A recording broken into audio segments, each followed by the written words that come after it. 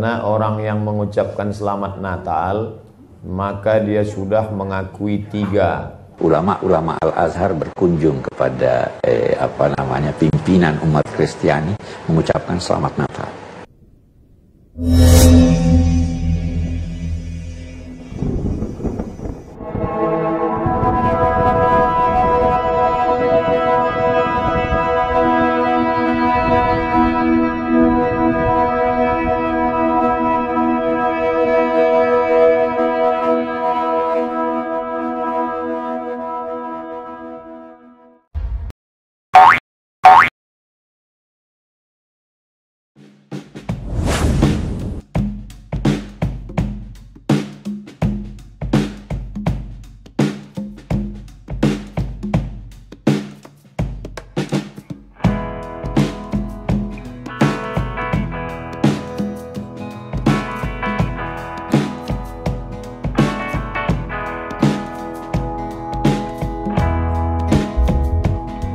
Assalamualaikum Indonesia. Kita memasuki bulan Desember yang biasanya dikenal sebagai bulan salah paham. Salah paham secara khusus kepada iman Kristen. Sebentar lagi akan berseliweran hujatan tentang Yesus anak Allah, haramnya mengucapkan selamat Natal. Mungkinkah Yesus lahir 25 Desember dan hal-hal yang serupa dengan itu.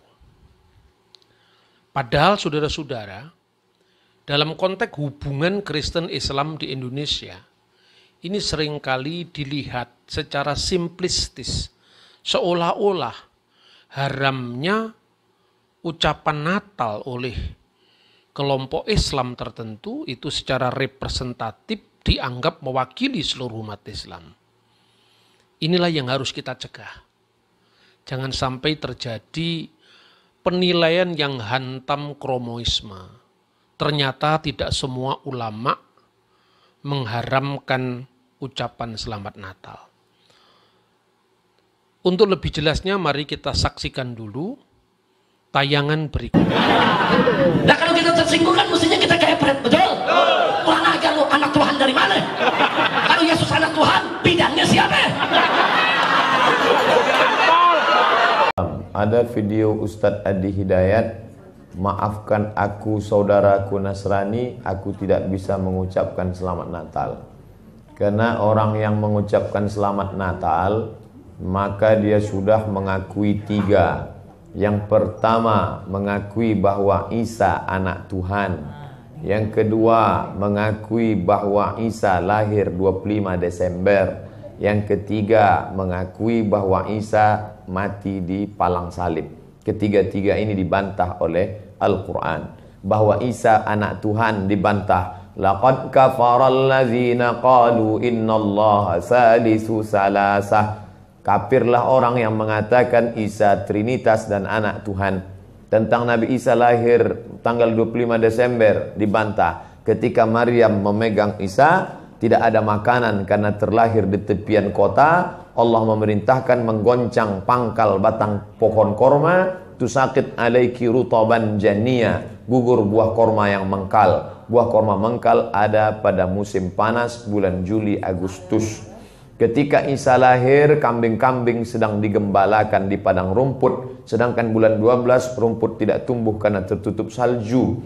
Maka 25 Desember bukan hari kelahiran Isa, tapi hari raya merayakan Dewa Mitra, Dewa Matahari, yang diambil oleh Kaisar Konstantin dari Konstantinopel. Pada saat Natal tiba, 25 Desember, kemudian apakah boleh atau tidak kita sebagai umat Islam untuk mengucapkan selamat hari Natal kepada sahabat, kerabat, atau mungkin famili kita yang memang beragama Kristen? Saya duga keras persoalan ini hanya di Indonesia. Oh gitu ya Pak? Ya. Kenapa Pak? Kenapa Pak? Kenapa Pak? Saya lama di Mesir. Ya. Saya kenal sekali dan itu sering saya baca di koran ulama-ulama Al-Azhar berkunjung kepada pimpinan umat Kristiani mengucapkan selamat Natal. Oh gitu. Ya. Saya tahu persis ada ulama besar di Suriah memberi fatwa bahwa itu boleh. Fatwanya itu berada dalam suatu buku, dan bukunya itu diberikan pengantar oleh ulama besar lainnya, Yusuf Al-Qaradawi, yang di Syria itu namanya Mustafa Zarqa. Dia katakan mengucapkan selamat Natal itu adalah bagian dari basa-basi hubungan baik. Dia bilang tidak mungkin, menurut beliau, tidak mungkin teman-teman saya dari umat Kristiani datang mengucapkan selamat Hari Raya Idul Fitri. Terus saya tidak dilarang itu. Dan menurut beliau, itu dalam bukunya yang ditulis, bukan jawaban lisan, ditulis, dia katakan, kita sekarang perlu menunjukkan kepada masyarakat dunia bahwa agama ini penuh toleransi. Kalau tidak, kita makin dituduh teroris. Oke. Itu pendapat. Saya pernah menulis soal ini. Walaupun banyak yang tidak setuju, saya katakan begini. Kita ucapkan, Natal itu artinya kelahiran. Nabi Isa mengucapkannya.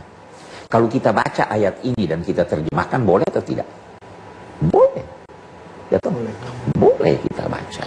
Jadi, kalau Anda mengucapkan selamat Natal, tapi keyakinan Anda bahwa Nabi Isa itu adalah bukan Tuhan, atau bukan anak Tuhan, maka tidak ada salahnya. Ucapkanlah selamat Natal dengan keyakinan seperti ini. Ya. Dan kalau Anda mengucapkannya sebagai Muslim, mengucapkan kepada umat Kristiani yang faham, dia yakin bahwa Anda tidak percaya bahwa. Jadi sebenarnya itu yang dimaksud tadi itu hanya basa-basi. Saya tidak ingin berkata bahwa fatwa Majelis Ulama itu salah yang melarang. Tetapi saya ingin tambahkan, larangan itu terhadap orang awam yang tidak mengerti, yang dikhawatirkan akidahnya rusak, yang dikhawatirkan ikut percaya bahwa Natal itu sebagaimana kepercayaan umat Kristen. Tapi untuk orang-orang yang faham, saya mengucapkan selamat Natal kepada teman-teman saya, apakah pendeta atau apa. Dia yakin persis bahwa saya tidak, kepercayaan saya tidak seperti itu. Betul. Jadi kita bisa mengucapkan. Ada yang berkata, wah itu Anda bohong. Saya katakan agama membolehkan Anda mengucapkan suatu kata seperti apa yang Anda yakini, tetapi memilih kata yang difahami lain oleh mitra bicara Anda. Saya beri contoh, Nabi Ibrahim dalam perjalanannya menuju satu daerah menemukan atau mengetahui bahwa penguasa daerah itu mengambil perempuan yang cantik dengan syarat istri orang. Nah, dia punya penyakit jiwa nih. Dia tidak mau yang bukan istri orang. Nabi Ibrahim ditahan bersama istrinya Sarah. Ditanya, ini siapa? Nabi Ibrahim menjawab, ini saudaraku. Oh, lepas. Nabi Ibrahim tidak bohong. Maksudnya saudaraku seagama. Ya. Itu jalan. Jadi kita bisa saja. Kalau mereka yang kita ucapkan kepadanya selamat Natal itu memahami Natal sesuai dengan kepercayaannya, saya mengucapkannya sesuai dengan kepercayaan saya. Sehingga kita bisa bertemu, tidak perlu bertengkar. Jadi syaratnya boleh mengucapkannya asal akidah Anda tidak ternodai. Ya, menariknya ketika Rizik Syihab mengatakan kalau Tuhan punya anak, siapa bidannya? Kalau Ustadz Abdul Somad mengatakan ada 3 hal yang terjadi apabila seorang Muslim mengucapkan selamat Natal. Pertama, mengakui sebagaimana keyakinan Kristen bahwa Yesus anak Allah. Kedua, mengakui bahwa Yesus lahir 25 Desember, padahal tuduhnya 25 Desember adalah perayaan Mitra, Dewa Matahari. Dan yang ketiga, mengakui Yesus mati di salib, padahal ketiganya ditolak oleh Al-Quran. Nah, satu dari 3 keberatan ini akan saya uraikan dalam tayangan ini.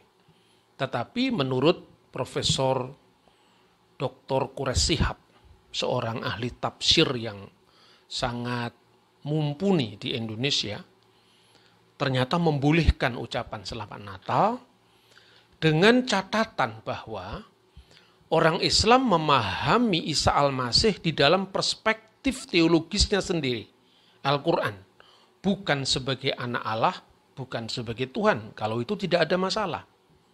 Bahkan menurut beliau adalah sebuah sopan santun komunikasi tatkala Islam mengucapkan Selamat Natal dan Kristen mengucapkan Selamat Idul Fitri. Dan itu biasa terjadi di Timur Tengah, biasa terjadi di Al-Azhar, bisa terjadi di Palestina, dan kata beliau, saya menduga keras itu hanya terjadi di Indonesia. Maksudnya pengharaman Natal itu memang hanya heboh di Indonesia. Itu pandangan para ulama yang boleh kita jadikan referensi tatkala kita menyikapi bulan salah paham ini. Tapi satu hal yang ingin saya tekankan bahwa jangan pukul rata bahwa tidak semua orang Islam itu mengharamkan ucapan Selamat Natal. Nah, sekarang yang berikutnya adalah terlepas bagaimana orang memahami tentang haramnya Natal dalam perspektif Al-Quran dan tafsir yang mereka anut. Atau sebaliknya, dalam batas tertentu bisa mengucapkan asal pemahaman teologisnya sesuai dengan pemahaman Islam. Ini yang menurut saya lebih wajar. Tetapi dalam konteks dialog teologis, tentu orang Kristen bisa menjawab, apakah anak Allah itu maksudnya Allah beranak? Apakah memang Yesus tidak lahir tanggal 25 Desember? Tentu orang Kristen memiliki hak jawab. Minimum untuk mendudukkan permasalahan yang sebenarnya. Karena dalam hal ini tentu saja, entah itu boleh, entah itu tidak boleh, entah itu halal, entah itu haram, orang mengucapkan Selamat Natal, toh pihak Kristen tetap harus menjelaskan posisinya. Jadi katakanlah kalau sekarang saya berdiri untuk menjelaskan posisi kekristenan tentang siapakah Yesus dan bagaimana, sekilas tentang tanggal lahirnya. Katakanlah ini bukan sebagai saksi ahli lah, saksi korban. Kalau dalam istilah hukum, kenapa saksi korban? Karena ya kita yang disalahpahami, maka adalah hak jawab kita untuk kita berikan kepada mereka yang salah paham. Nah, saudara-saudara, pertama tentang anak Allah. Istilah anak Allah itu di dalam iman Kristen, bahkan di dalam Yudaisme, agama Yahudi sebelum Kristen, tidak pernah dipahami sebagai anak secara fisik, sehingga memerlukan bidannya siapa.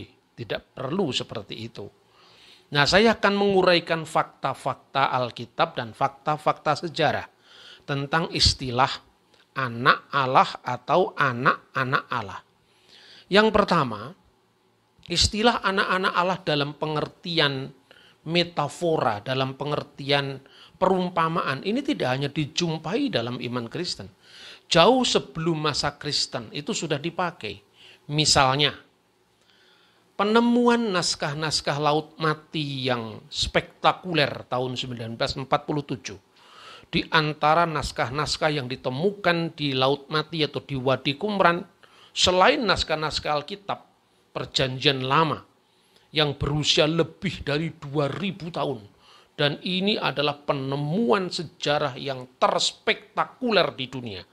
Karena ribuan tahun kitab suci Kristen dan Yahudi, khususnya Perjanjian Lama, itu tidak dipalsukan seperti yang dituduhkan banyak orang.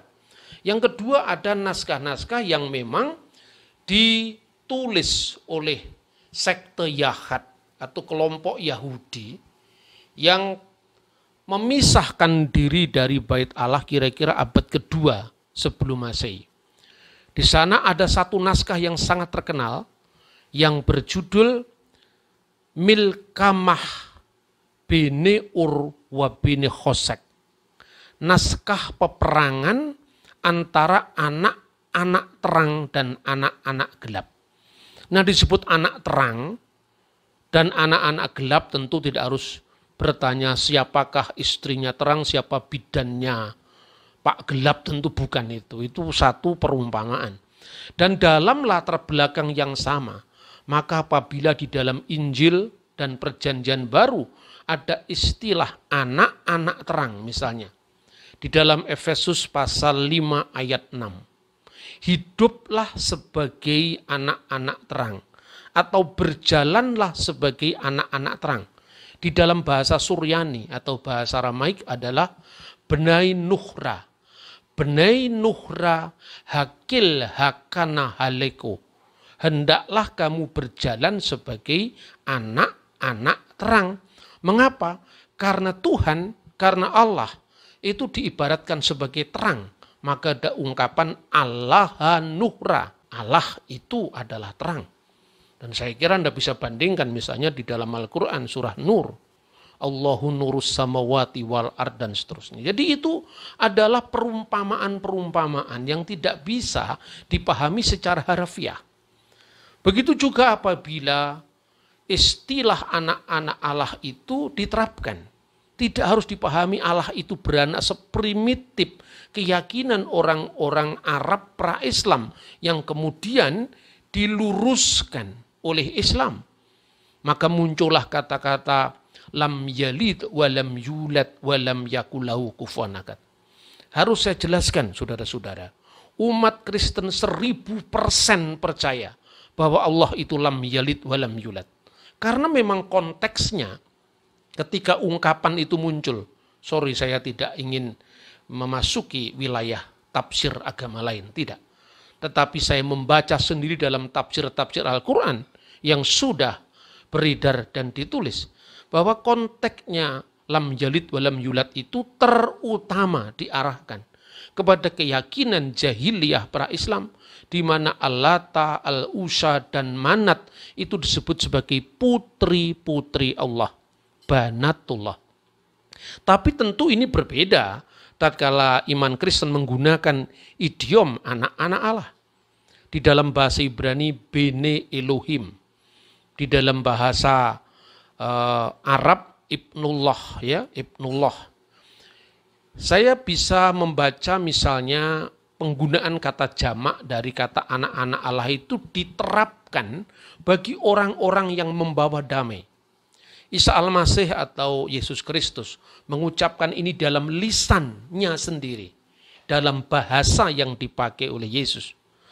Tubaihon labdai selama, berbahagialah orang yang membawa damai. De abnauhi de allaha netkrun, karena mereka akan disebut anak-anak Allah. Dan terjemahan dari bahasa Arab dari ungkapan anak-anak Allah yang tercatat di dalam Injil Matius pasal 5 ayat 9 yang termasuk khotbah di atas bukit. Dalam bahasa Arabnya tuba lisoni issalam li annahum abnallahi yud'un. Berbahagialah orang yang membawa damai karena mereka akan disebut anak-anak Allah.